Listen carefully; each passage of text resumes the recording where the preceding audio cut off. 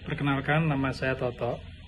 Saya belum lama ini mencoba analisis grafologi atau tulisan tangan yang diselenggarakan oleh Pak Rudi Cuaca untuk anak saya yang saat ini ada di SMA kelas 12. Saya memang beberapa waktu lalu mencari konsultan atau ahli yang dapat membantu mengungkapkan minat dan bakat anak saya yang sesungguhnya, sehingga akan dapat lebih mudah dalam memilih jurusan di perkuliahan di tahun depan.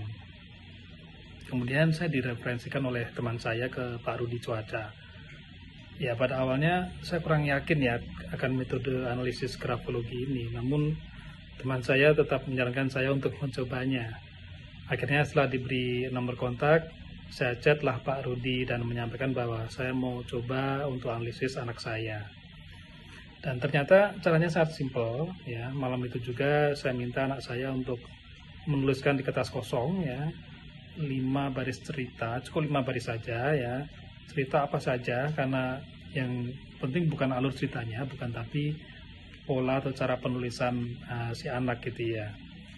Dan juga kemudian bubuhkan tanda tangan dan nama di bawah ya, dan itu semua cukup dikerjakan di rumah ya. Setelah selesai kemudian difoto, bolak-balik ya fotonya ya, karena ternyata di sisi belakang itu akan terlihat seberapa kuat penekanan penulisan itu juga ikut dianalisa ya. Kemudian dikirimkan via WA ke Pak Rudi. Besoknya bisa langsung dilakukan konsultasi hasil analisa secara online.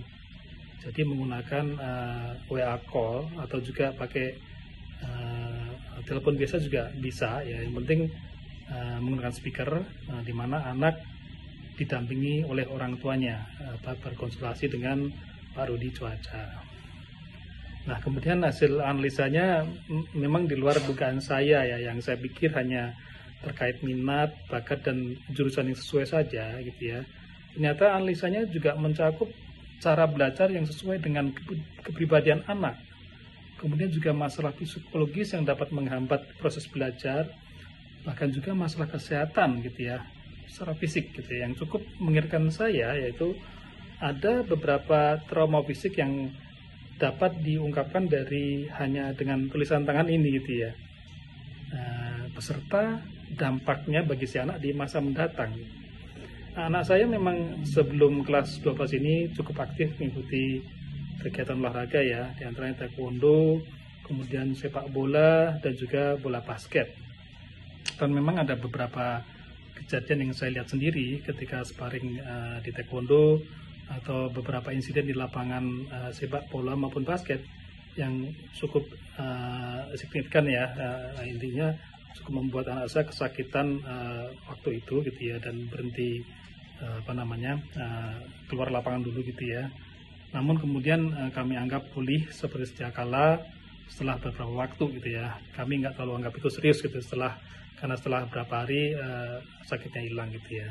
Nah, ternyata analisa dari tulisan tangan ini itu juga mengungkapkan trauma fisik di bagian-bagian tubuh tertentu tersebut.